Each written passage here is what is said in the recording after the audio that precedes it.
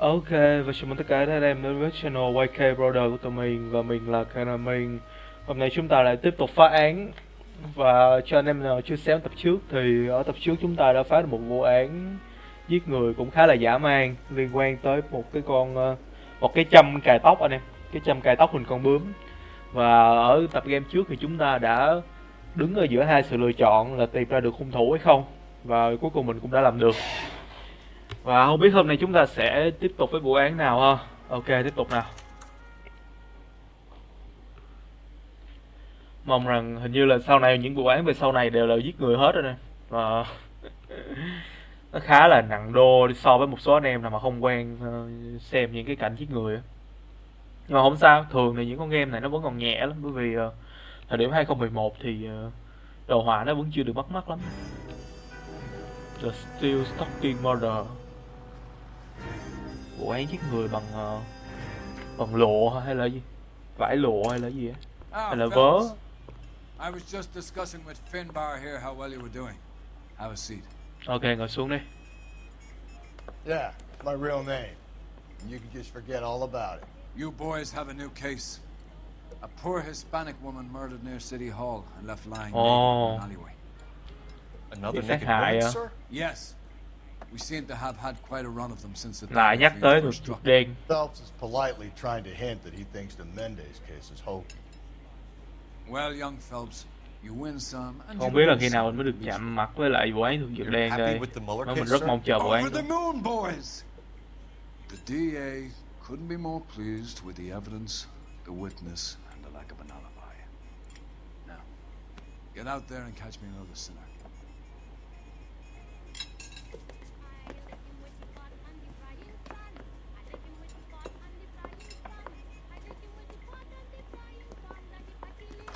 Ok, tới chỗ địa điểm nha. Khoan. Mình muốn coi xem mình có trang phục mới không nhờ. Mong rằng là có đấy. Ồ, vẫn là trang phục cũ thôi. Hôm nay mình sẽ thay đổi một bộ khác nhờ. Thôi lấy bộ truyền thống này đi. Ok. Ngon, bộ này nhìn oách phết. Ok, chở tôi tới hiện trường đi. You have the address? It's the alley off Aliso between Los Angeles and Alameda. You're kidding. The next one will be opposite Central Station. Count yourself lucky, Phelps. Most guys would kill to land a case so close to their desk. Yeah, it means they can pop in to hit the office supply of hooch whenever they need it. You know, that ain't a bad idea. That is not a bad idea at all, Phelps. Vụ này nghe cái tên nó khá lạ nha. Tại sao lại stalking nhỉ? Stalking là cái vớ hả? Hay là vải lụa nhỉ? Hay là không biết luôn. Nói chung thì vụ này cái tên nó lạ lắm. Detectives, they're ready to start the show. I'll take you through. Ôi rồi, nhìn vậy là biết lại chắc là cái khỏa thân tiếp rồi. Khổ thân. Má nó lề cái xác mình, anh em thấy cái vũng máu không? Brothers, Pinker. Cause of death Ôi is giời pretty ơi. apparent. We thought we'd best wait for you when you're ready. Từ từ, trước hết thì xem xung quanh đây. Nó có liên quan, nó có cái vớ ở cái tóc, một cái tóc thiệt nè. If she took a blow to the head like the Mà others, cái này là she's tóc gọi là probably gì nhỉ? unconscious when strangled. Tóc trong suốt hả? Nói chung là tóc dành cho phụ nữ ấy. Mấy cái điếu thuốc này chắc chắn liên quan. Không liên quan. Ok, mình đi quanh quanh đây xem còn gì khác không. Mấy chai rượu. Ok, mình tới xem cái xác của cô gái đó nha. Ôi rồi, có vẻ là một vết đâm với là một vết Lacerations on the neck. máu vẫn còn chảy ra Great từ deal chân đó. of Một vết force. rạch trên cổ. Hoặc có lẽ có một vết do bị xiết cổ luôn. Một vết rạch trên má chứ. Tay thì sao? Ngón đeo nhẫn cũng mất. Another wedding ring torn from the finger. Nó bị lột ra khỏi luôn rồi nè. Skin Cái under phần the da nó mất fingernails. luôn à. Kinh. Kinh quá. Vụ án kinh quá. Ok, để coi tay bên này. Tay bên này bị gì? Một cái gì á? Only 21 years Ồ, old. 21 tuổi rồi. Why the library card? Này là thẻ thư viện anh em. Nói người ta mới 21 tuổi rồi mà nó làm vậy kìa. Kinh quá. Kiss the blood. BD. Ô, lại BD à? Thực dịch đen sao? Lại nhắc tới thực dịch đen anh em. Kiss the blood. Hôn lên máu à? Ok. Có nghĩa là có thể là xong rồi đó. The evidence xem in the Muller case was mà solid. I'm mấy not người này nói gì. convinced about Mendez. The best way to get away with murder is to pin it on somebody else. I'll bet a month's salary this is a copycat. Strangled, battered, Yeah. We know the MO. So does every jerk who kills his wife and girlfriend looking for a way out. I've spoken to Brown. He still believes the Dahlia perp has medical experience. 4 women, all murdered, all put on display, all with đúng rồi. messages. Mueller 4 had vụ no đúng không? message. Look, Phelps, 3-4 this is vụ getting gì us rồi nowhere. là liên quan tới phụ nữ Anything for rồi. us to go on, Mal? Nó còn chả phải là đàn ông nữa, suốt ngày là toàn là phụ nữ không à. Bruising from a small man's Không mà đứa shoe. sao luôn. Further blunt force trauma to the occipital region at the base of the skull. Mấy vụ đầu tiên thì có đàn ông nhưng mà mấy vụ sau này Clear toàn là signs phụ of nữ. strangulation would seem to rule it out. Lipstick appears to be a similar color to the other cases. I'll see if I can nail down a brand. Ok. Mình thấy khúc này có nhiều vết máu nữa. Ui, vết máu nó chảy dài lắm anh em. May as well follow the trail. Để xem vết máu nó dẫn đi đâu nhé.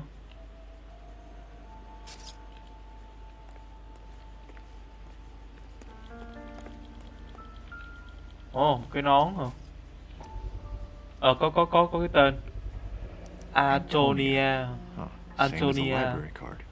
Giống như cái tên ở trên cái thư viện, trên thẻ thư viện. Ok, hợp lý. Cái vết máu nó bắn lên trên đây luôn rồi, kinh rồi.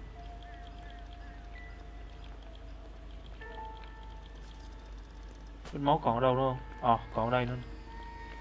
Kéo cái xác, kéo vết máu. Bên đây có gì không?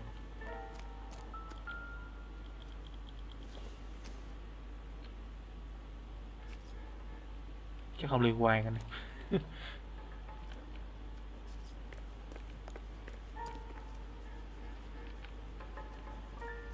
Xem cái room rack có gì không? Cái gì nó kêu á? Chai rượu chả liên quan lắm.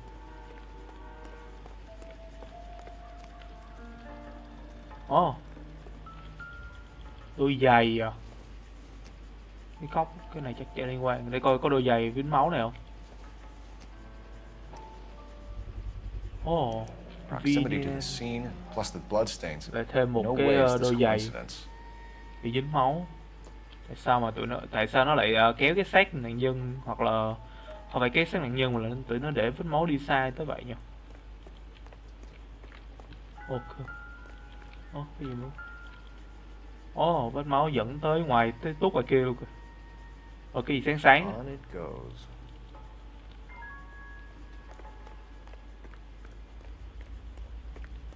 We kept the area pristine for you boys. Let's check it out. Đúng rồi, tốt lắm anh bạn.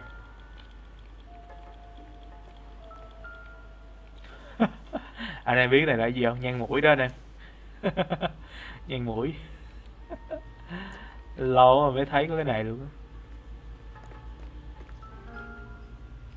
Mấy cái mũ bị hư. Chắc ngoài này không liên quan đâu. Mình nghĩ là đi qua khúc này.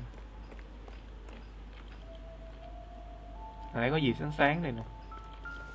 Một cái chìa khóa hả?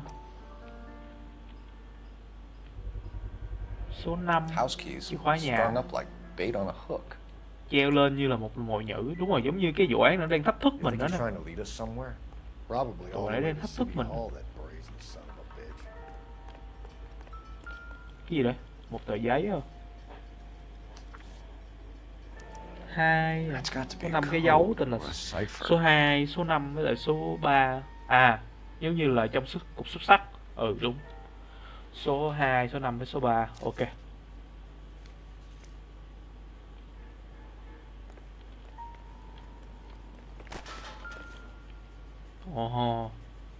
Vết máu nó dẫn lên phía trên đây nè.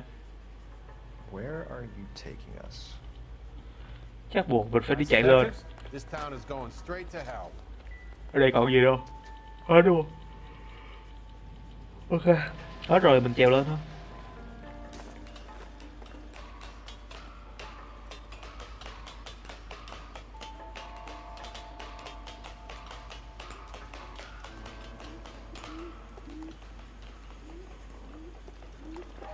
Bên đây nó có gì không? Kềm búa không? Nó phải có dính máu cơ. Này chắc không liên quan anh nè. Mình nghĩ không liên quan. Xem. Gì vậy? Ủa? Thấy gì mới hiện lên mà. Ủa?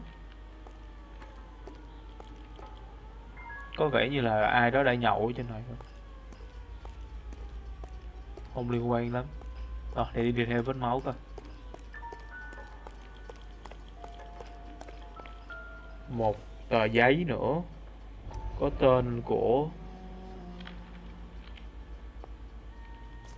cái bà đó, có tên là cái gì á. Ok, bên trong không có gì à. Where is all of this meant to be taking us? Clearly wants us to find these things. He's left them for us. There you go, Phelps. You got a new MO. I told you it wasn't our guy. Or he might just be getting more confident. Ok, đi qua đây. Cái gì sáng sáng này? Giống như cái hộp phấn rồi. Đúng rồi, hộp phấn rồi nè. Enameled and gold-plated. This was precious to her. Được tráng men mới được mạ vàng, nhưng mà thằng này không lấy thì đồng nghĩa với việc là đây không phải là vụ cướp nữ trang đâu. Đâu vết máu nó còn chảy dài ngoài đây luôn. Lên nào.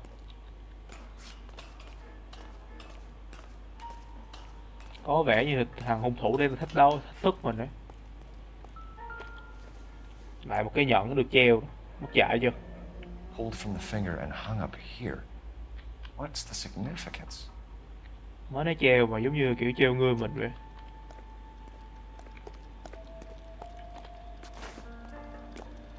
Ôi giời ơi. Một cái xô máu. Cái cỏ vẽ kinh quá.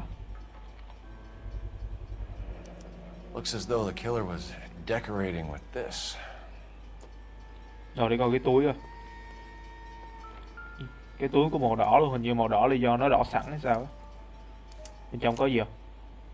Ồ, một mảnh giấy. Một mảnh giấy còn lại của cái thẻ của cái thẻ thư viện anh ơi. Mà đúng rồi, vậy là cái này là thẻ thư viện của nạn nhân. 712 North Hill Street Anthony. downtown. Ok, có cái đủ manh mối đó.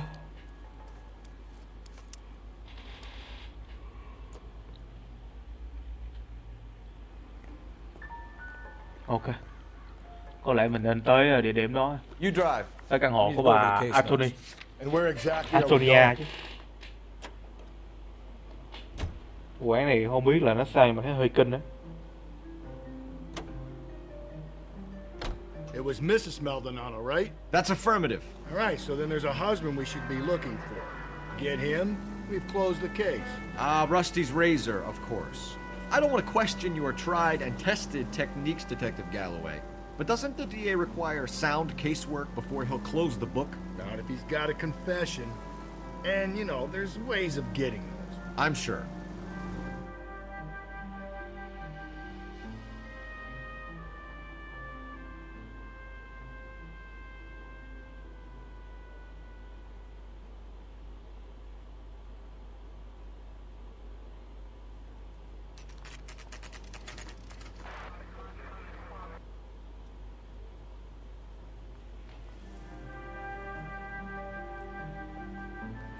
Ok, tới nơi nè.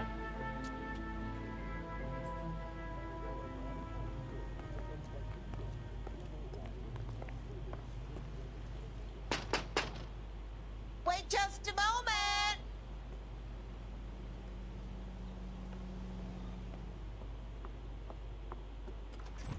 I'm sorry. Can I help you? LAPD, ma'am. Gọi là cảnh sát đây. Does Mrs. Maldonado live here? Yes, she does.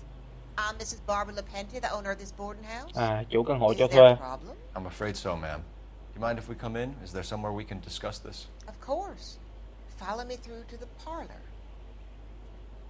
Ở đây có vẻ hòa nhã nhiều. Detectives. It's this way. Ok.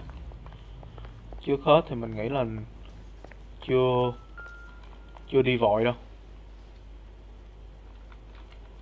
Ủa, liên quan gì không?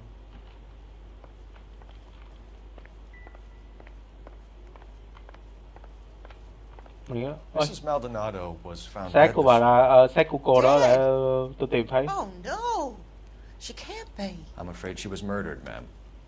We need to take a look at her things. I can't believe it. A person seems so alive, and then they're gone. Antonia's room is upstairs. Last door on the left. Thank you. Cửa We'll của be bên back trái. shortly. Excuse us a moment, ma'am. Ok. Mình nghĩ là mình nên đi Hey, Cole, let's get moving.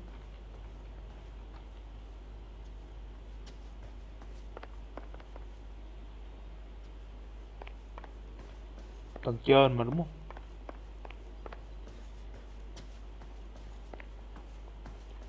Bên trái à? Cái này à?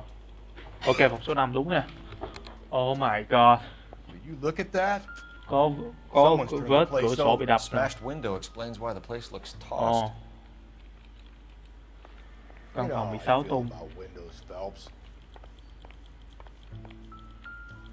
Có một bức ảnh. Đã từng kết hôn à? The charm bracelet wasn't among the Chiếc crime vòng scene đeo tay là có cái vòng đeo tay. Ok. Còn gì khác không? Một lá thư hả? Ồ, để xem bên trong lá thư có gì không? Hay là cũng trống? À, có. Okay, we have an address. Ok, tìm được nơi cư trú. Thư của luật sư. Tìm nơi cư trú của luật sư. Ok. Còn gì nữa không?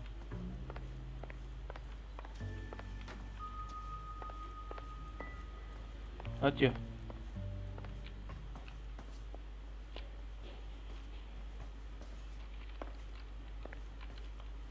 Trên này mình còn đi được nữa không?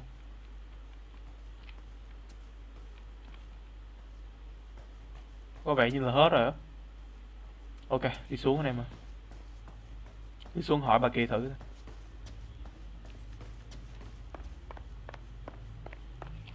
Tôi muốn hỏi bà một số câu chuyện. Ma'am, if you're up to it. Yes, detective. I'll do my best. Thế thì đối tượng tình nghi thì sao? Do you have any idea who might have wanted to Bà có hurt biết Mrs. ai là hại Maldonado? cái cô gái đó không? Right of her husband. Thằng anh chồng cô bé đó. She Angel. was serving him divorce papers. Cô bé đó muốn đưa hắn ta ra tòa rồi. Để ly Are dị you hôn. being flippant, young man? No, ma'am. Ok, mình nghĩ là cái này là đúng á. Chứ bà này không có gì phải nói dối. What can you tell us about Angel Maldonado? She married him when she was 17. Lấy thằng nhóc đó kìa mà mới chứ 17 tuổi thôi. Hắn ta rất là đối xử tệ bạc với lại cô gái đó. Hơi sùng đạo. Ok. Thế quá trình di chuyển của nạn nhân thì sao? What time did Antonia go out yesterday? She left around 9. Do you know where she went? No, I have no idea. She was a good girl, but she didn't confide in me. Không dám nhìn thẳng vào mắt mình nè.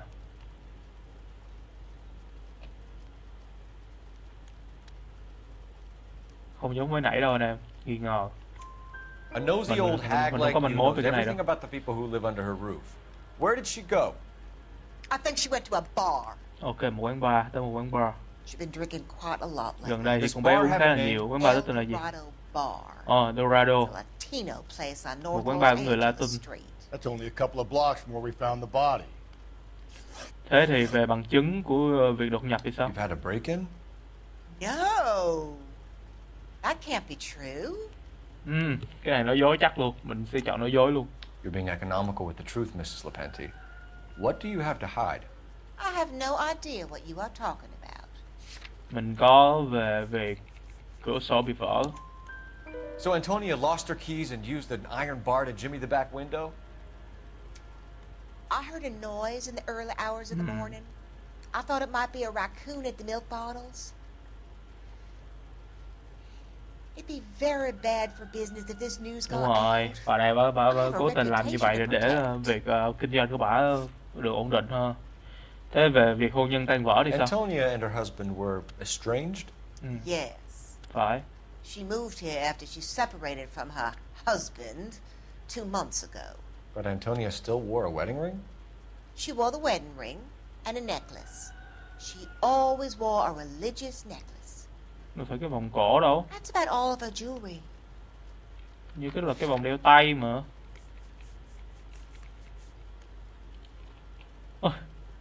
Đi mày nhìn vào này điêu thiệt. Nói dối. What about her bracelet? I don't know anything about a bracelet. Thế thì cái ảnh chụp vòng đeo tay thì sao? In her wedding photo, she's displaying a charm bracelet. Ngon. That thing? She never Vòng cổ wore it. Thiên Chúa He hả? gave it to her. She always kept it in that wooden jewelry box. Thanks, ma'am. You've been very helpful. Pay a call to that Ngon, mình có husband trang of phục hers. mới nè. Lucky Nhưng mà mình sẽ để nó vào tập throw sau away nè. the key. Có một bộ outfit We mới. can either front Angel, Outfit tên là saying The there's Outsider. things right at him, or we can Nghe try tuần to up nhỉ? go around him. Ok. You know the way. Mình nghĩ là chưa vội tới nơi cư trú của thằng luật sư đâu. Mình nghĩ lên tới quán bar. Nơi cư trú thằng luật sư hay là nơi cư trú của ông chồng đó. Nói chung là một người khác á. Mình nghĩ tới quán bar trước đi.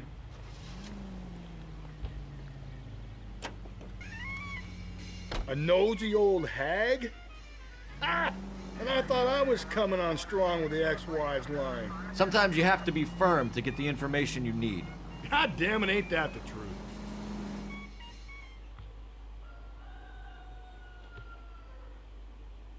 Khởi đầu khá là suôn sẻ đó.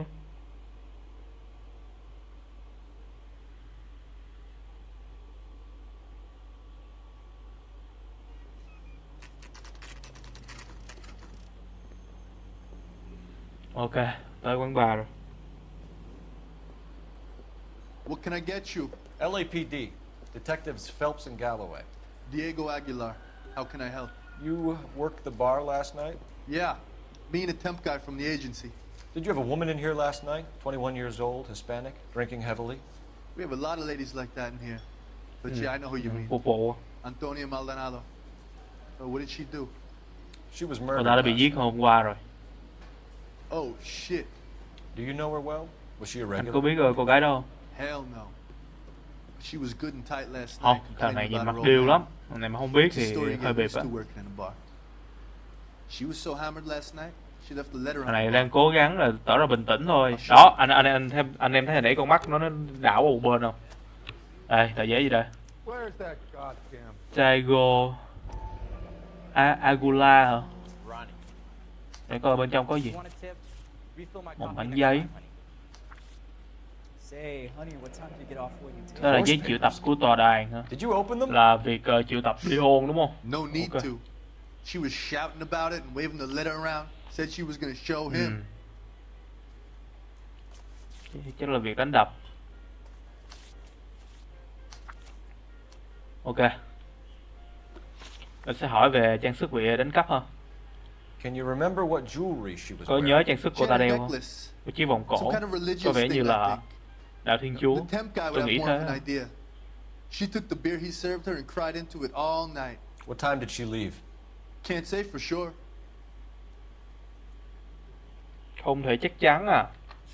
Phải không ta?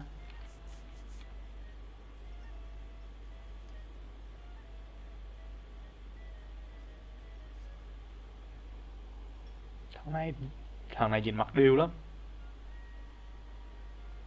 You waiting for someone?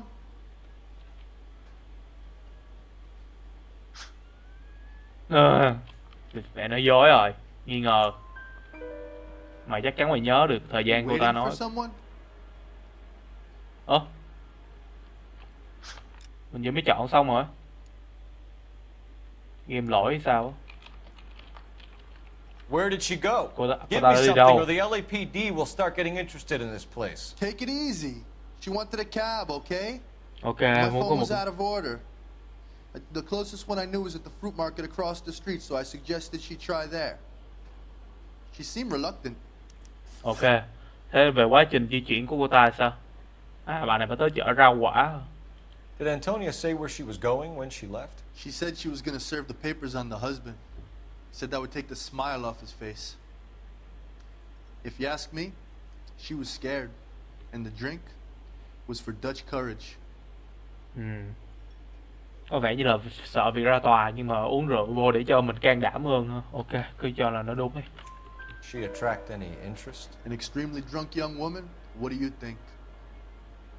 She managed to scare them off, though. Thanks. You've been a big help. Ok. No problem. Hey, get the guy, will you? We'll do our best.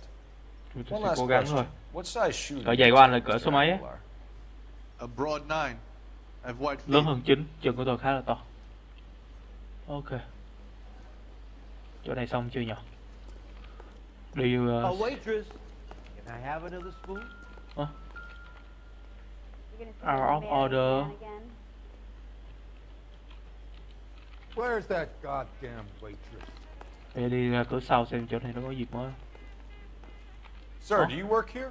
Sorry, pal, just making deliveries. From where? Từ đâu? Just Pig Fruit Market across the street. Fruit có siêu thị market hoa quả delivers nè. here? Yeah, sure does.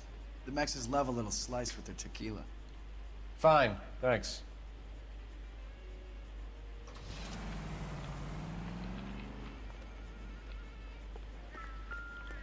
Cái gì vậy? Cái gì nó vừa mới kêu nè. Sao mà cờ lướt không được?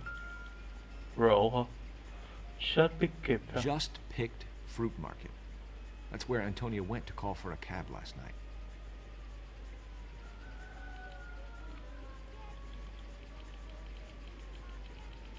Chợ hoa quả hả? Chắc là hết rồi anh em.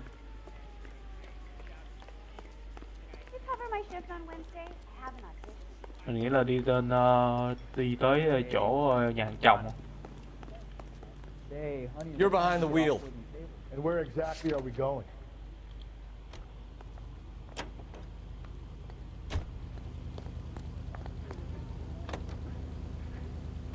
How about we drop in on the husband instead? See if your gut is right. I'll take a bar over a husband every day of the week. Ok, tới chỗ nhà hàng chồng rồi.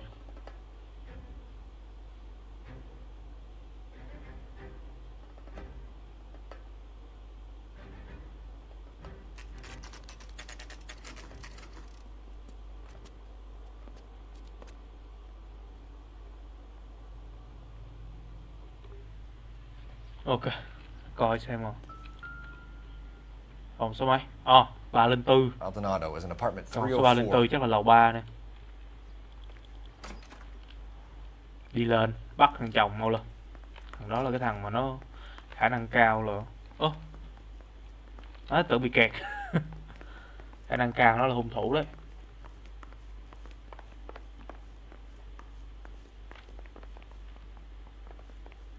Ba đúng không?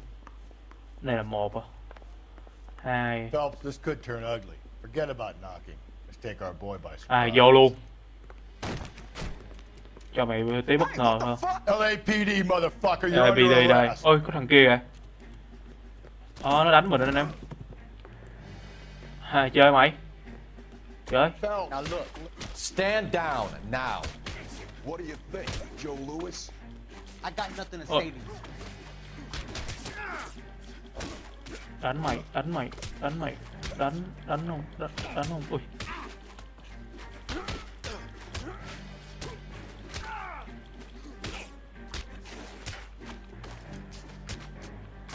Chơi mày.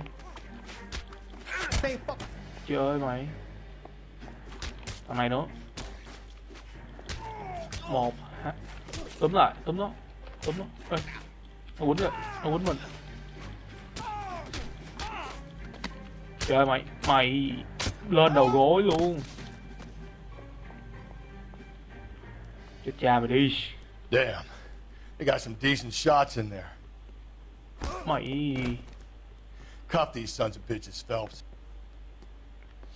LAPD, you two are under arrest. hai đứa Call tụi for mày some bị bắt rồi đó. backup, Finbar.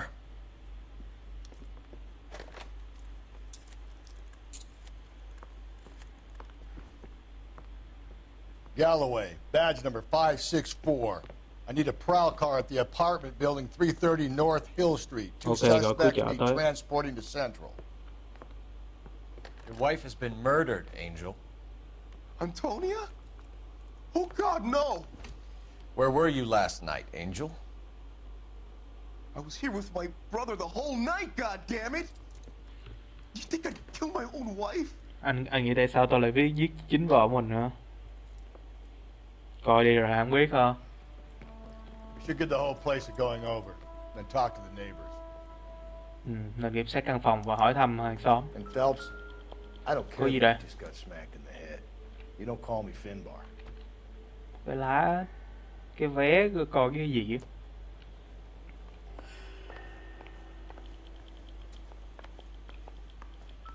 Ồ, This will take some áo sơ mi dính explaining. máu nha. Chúng ta cần giải thích về vấn đề này đấy. Cánh tay cũng bị dính máu luôn.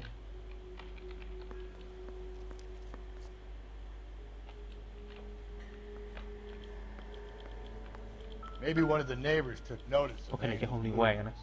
He's got no alibi. He's Ồ, toast. bình rượu nữa. picked fruit market. Chinatown ở phố người Hoa hả? I wonder if Angel gets all his groceries from this place. Không biết là thằng Angel này có lấy từ cái chỗ này không? Ok.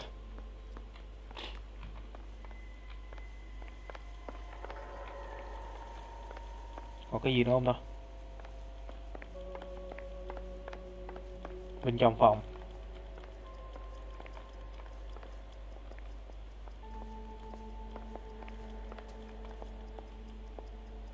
Trong phòng có gì hả? Gì vậy ba? Đi ra đi. Ngoài ban công coi. Ok, ngoài ban công có gì hết? Có cái cửa bên này nữa. Cửa bên này thông ra đâu á? Nó thông ra ngoài đây rồi nè. Ok, mình nghĩ là nên hỏi thăm một số người hàng xóm.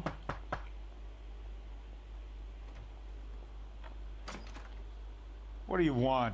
LAPD, we're making some inquiries. Make it quick. I work nights. So you weren't home last night? Hôm qua anh không ở đây hả? I was at work.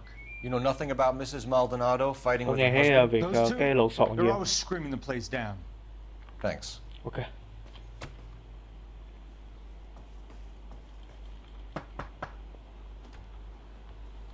No good. Nobody here.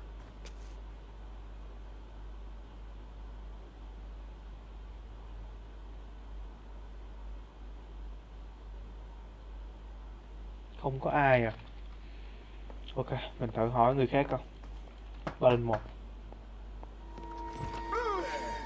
Sorry Yeah. about that. I'm playing with my kids. LAPD, were you here last night? Yeah. My wife and I are separated. Tôi và cũng đã ly I had hôn. the kids last night. I Chồng put them trẻ to hả? bed early and went to bed myself. Thanks.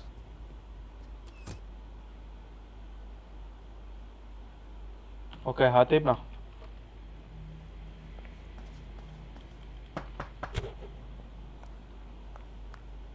Có tiếng phụ nữ. Hello. LAPD, ma'am. Did you hear a disturbance last night? Yes. Yes, I did. Bên này chắc nịch luôn. Mrs. Maldonado lit out of here and her husband ran out after her. You saw this, Miss? Aranda. I had the door open a crack. Did you see Mr. Maldonado come back inside after he ran out? No. I didn't. Thanks. We'll be in touch. Ok, có chứng Good cứ vắng thinking mặt you were không? to call that one a nosy old hag too, Phelps. Well executed restraint. I'm executing restraint right now. Có cái điện thoại này, gọi điện cho về phía bên kia coi. Operator, give me dispatch. Tổng đài chuyển hướng cho tôi nè. Putting you through now. Cole Phelps, badge 1247. How can I help, Detective? Messages for me, please. Ồ, bảo mình có mặt ở trung tâm nè. Ui, bộ thực dược đen. Từ từ, trước hết mình muốn coi lại đầu mối coi xem mình đã có cái gì nè. Hình như là đủ rồi á. Ok đi nè. Mình muốn tới cái vụ án đó quá.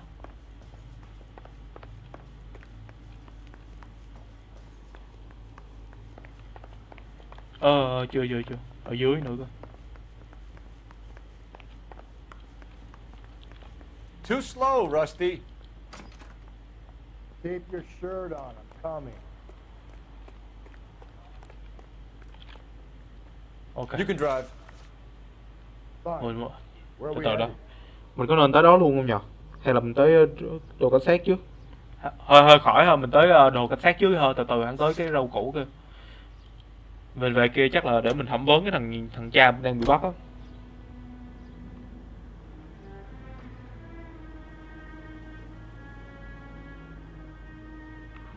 Ở đâu rồi? Lâu vậy? Another letter? I thought the letter was from a nut. These letters, Brown and Hanson believe they are genuine. From him. Now we sent another. You know, I really hate this fuck. This Black Dahlia guy. Have you seen the body? Fucking case just gnaws away at your guts. Hollywood. Every prom queen from every fucking hick town in America turns up here. Where do they end up? Gutted on the fucking sidewalk.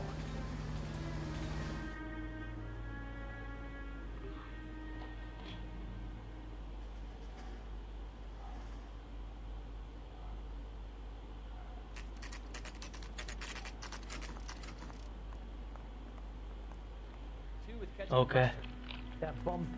Tới được trung tâm rồi. Dưới tầng hầm. Need a drink. I got the jitters again. Đi xuống dưới thôi. Isn't he the cop that won the medal and is solving all the cases? Is someone gonna tell us what the hell is going on?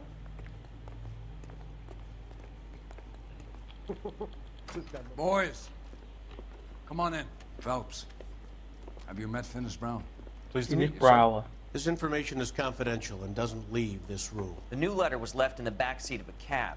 The driver thinks it was put through the window and not left by a customer. We're checking all the fares Nhét back vào cửa 24 kính chứ không phải hours. là do khách hàng bỏ lại.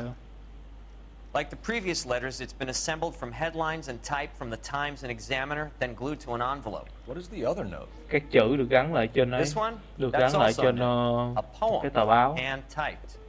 Do you mind if I take a look? Bài thơ. Go ahead. We've been over both documents pretty carefully. They've been wiped with gasoline, so there's no chance of prints.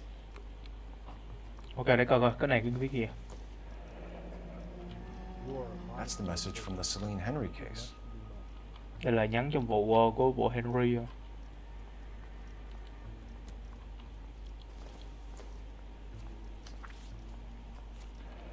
Một bài thơ. Heap upon thy soul by virtue of this curse. Ok. That's why we called you in. Do you think it's original? Not unless he's a genius. You like this nutjob's poem? No, I like Shelley. It was written at least 100 Ra mình years cũng thích ago. thơ nè. Shelley. Thơ Việt Nam mình Sure, I nhiều knew nhà that. văn có đọc của ai. You see, Finis? I told you this lad was a bright boy. Sure, but what does it got to do with the case? Prometheus Unbound.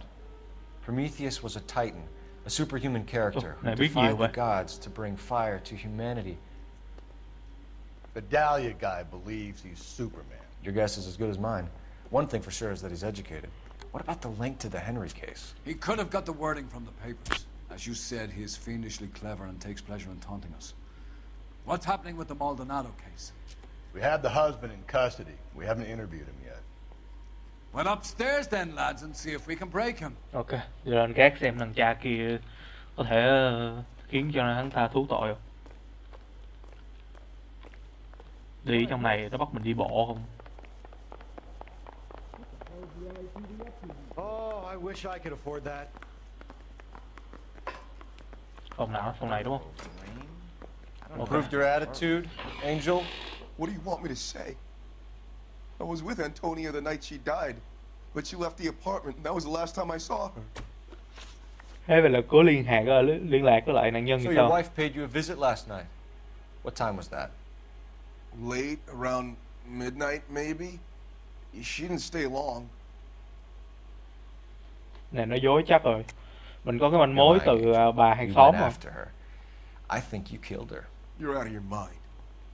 My brother will tell you I was at home. Anh trai mày hả?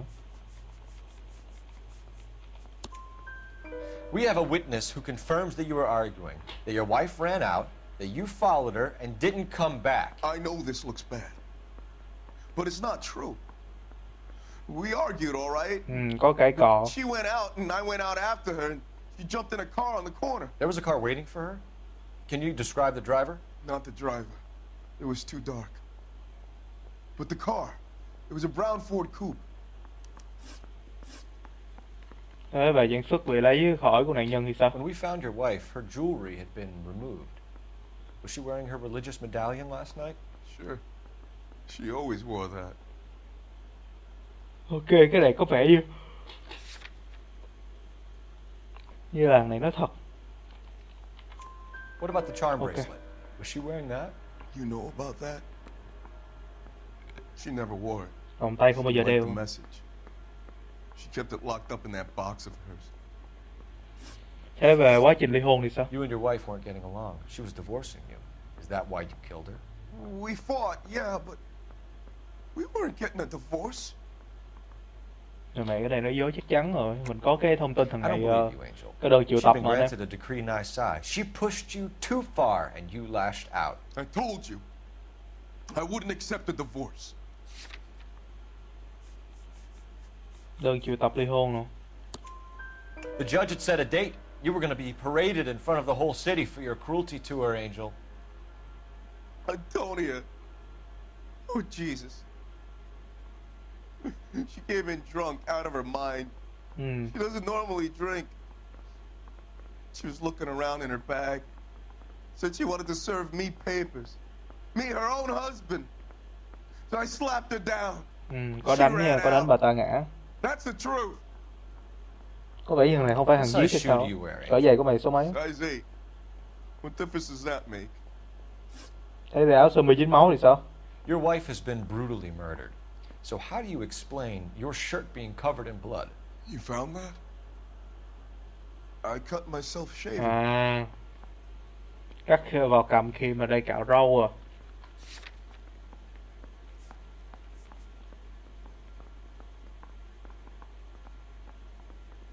Tôi nhìn mặt nghiêm nghị vậy.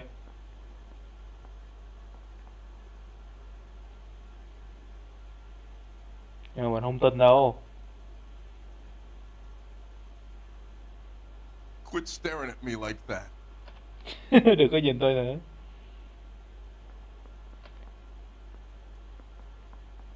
Quit staring at me like Nghi that. ngờ đi. Nghi ngờ đúng luôn kìa. Sao nó hay bị đứng khúc này nhỉ? Angel, I'm not going to waste any more time on this. Give me something or I'm going to have you charged. My brother, Ippolito. He said some bad things about Antonia last night. À, có đánh thằng anh trai nó, sao bị ẩu We got đả. into it. Keep talking. She said she came from the El Dorado Đó, bar. tới cái quán đó. And it's not one of my places. We used to buy fruit at the market down the street. But the creep there was always running his eyes all over my wife. What's the name of this fruit market? Just picked fruit. Ord Street downtown. Tới kiếm được cái địa chỉ của One cái last khu kia rồi. question, Angel. Do the words kiss the blood mean anything to you? No. Hôn lên Sounds máu. sick to me. You're not in the clear by any means, Angel. You're going back into a cell. You should think about whether you have anything else you need to share with us. Ok. Tới địa điểm kia, địa điểm bán rau củ nè. You're behind the wheel. And where exactly are we going?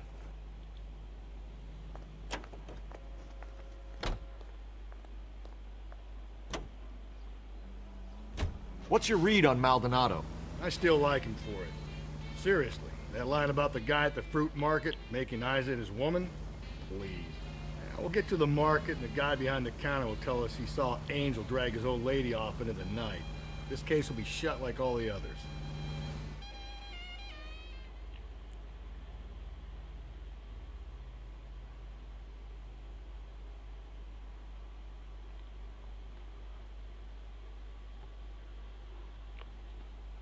Để xem cái chỗ đó là như thế nào. Siêu thị rau củ mới hái. Tên nghe mắc cười không?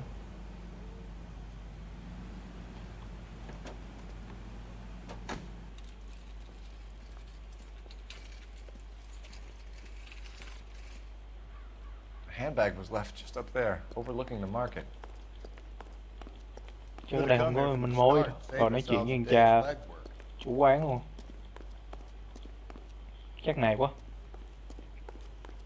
Are you working Friday night? We should Sir, go I'm out the... afterwards. Wait, you look familiar. Trông mày quen quen nhờ. Hey, from the bar, right? Ở chỗ quán bar phải không? Ủa, thằng này... À, đúng rồi. Thằng này ở chỗ quán bar nè. Clem Feeney. What can I do for you? Did you happen to see a young woman last night? 21 years old, Hispanic? Sure, she came by last night. Why do you ask? Ok. Chắc mình sẽ hỏi nó về vấn đề về chiếc vòng cổ rất là đặc biệt của cái cô gái đó. She was wearing a necklace? I didn't notice. You weren't paying attention, Feeney? Hey, you're getting the wrong idea. Vậy mẹ. Mình thấy có manh mối rồi mà mình nghĩ ánh mắt này mình sẽ nghi ngờ luôn. Exactly how much fruit do you sell here after midnight, Clem? Look, not much. I sell the odd bottle on the side to the after-hours crowd. Look, I don't want any trouble. I'm just trying to make a buck. Thế về mối quan hệ với nạn nhân thì The sao? young lady arrived around midnight? Yeah, something like that. Used the phone for a cab and then left. Mắt thầy đảo đảo lại nói dối, nghi ngờ tiếp. You already knew Mrs. Maldonado, didn't you, Mày Clem? biết cô ta từ Sure, trước I've phải met her không? before. She seemed like a nice lady. Nó gặp cô ta từ trước rồi. Là một Her người husband con nhạc went rất là apeshit tử one tế. day when he caught me talking to her. She had me back until last night. Thế về quá trình di chuyển của nạn nhân Where thì did sao? she go from here? She wanted a cab, but I couldn't get her one. I was about to offer to drive her, but a car pulled up and she got into that. Có vẻ là đúng so với khi mà thằng chồng nó có nói đúng không? Thằng chồng có nói là cũng có một cái xe taxi tới rồi con đó đi vô. Ok, cứ cho là đúng đi. Can you describe the car? Brown Ford Coupe, I think. Đó đúng rồi nè. She seemed to know the guy. Xe có hai màu ở gì đó nâu nâu gì đó. Ok. Do you mind if we look around? Why would you want to do that? Because we say so. I guess you can. Hey, don't you have to get a court order or something? I have rights. Clem? Shh. Rồi, vô kiểm tra xem là nó có cái gì bên trong đây không.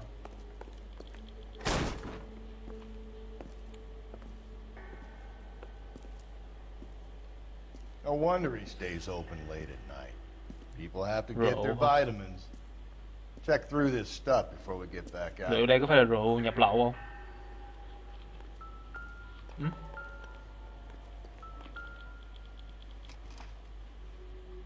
Ngon nhờ. I got a callback for that Universal Chorus line. Ok. Ôi, con dao dính máu. Why cut someone Dao who's mổ already dính dead? máu. Nhiệm vụ mới bắt giữ đằng kia luôn. It's a typical power thing. Once the stiff is dead, the creep usually feels they can do whatever they like. Sao mình không Must thấy have được? seen it during the war.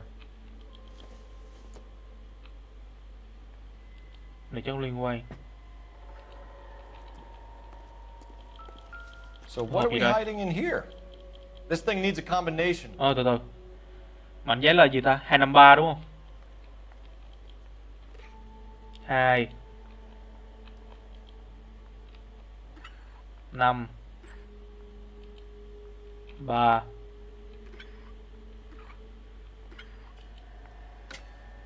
Ồ, mảnh dây chuyền. Có một bài thơ kìa, phải không? Are you working Friday night? We should go out afterwards.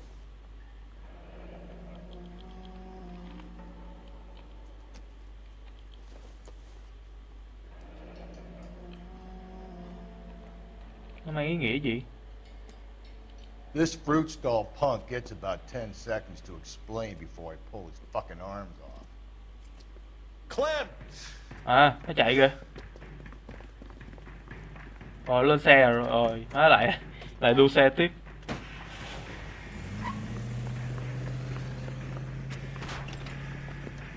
Lên nào. God damn it, get after him, Cole. Chạy sao được mà chạy đâu cho tắt nắng hả? Ôi. I'll try to shoot out his tires. Mấy cái tụi trong đây nó tự chạy vô xe của mình không chứ.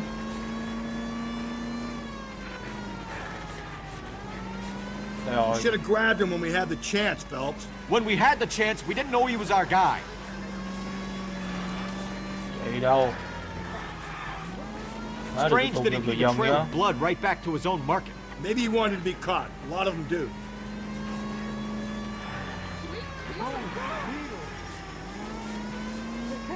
Né ra bà con ơi, nước sôi lửa bỏng. There's no such thing as too perfect. Đỉnh. Don't go to sleep on me. Get me back in close. Hit him. Clean this asshole off the road. Đang chạy gần tới rồi. Keep it steady and I'll try to bust his tires. Bắn vô lốp xe nó đi ba.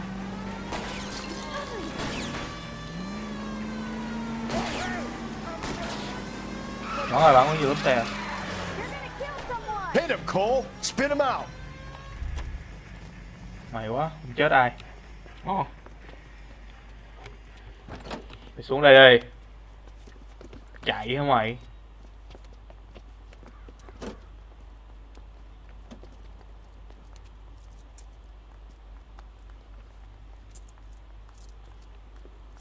You're a sick man, Clem.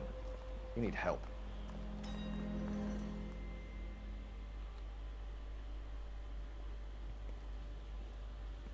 Outstanding Thôi, job uống on rượu. this case, gentlemen.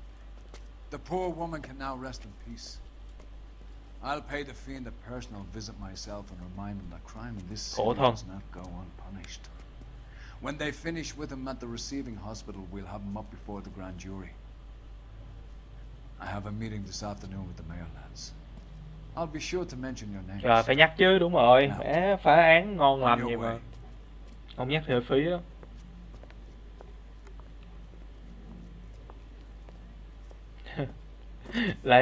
lấy thùng rượu uống luôn. Ác thiệt.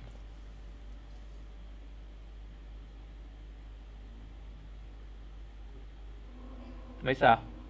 Ngon, bơ phạt anh em.